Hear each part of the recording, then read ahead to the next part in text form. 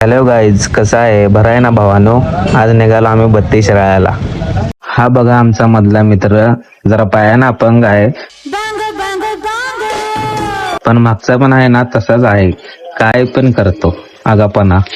ह्यांच्या नादाला लागून मी पण काळा पडलो बघा. कसं आई घातली पग.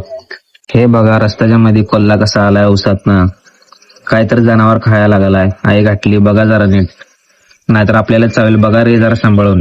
हे बघा पोरं नुसतं अंग काढतात, भेतऱ्यामध्ये पळवून जातात पुढे सारखं सारखं.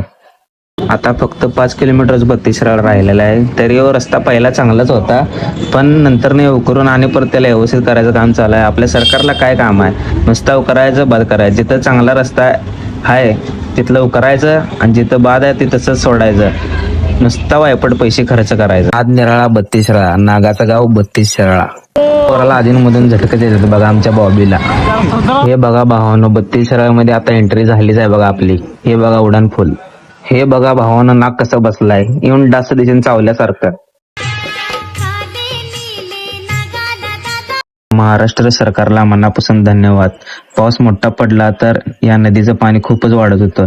गेल्या वर्षी असं झालं होतं एकदा नागपंचमीला, तर माझी गाडी वाहून चालली होती, तर या गावकऱ्यांना पण खूपच त्रास होत होता. तरी फुलाचं काम आता सध्या चालू आहे, तरी लवकरात लवकर काम होईल. तरी या सरकारला मनापासून धन्यवाद. असंच ब्लॉग जर आवडला तर मनापासून लाईक करा, फॉलो करा, शेअर करा. धन्यवाद भावानो, आणि काळजी घ्या.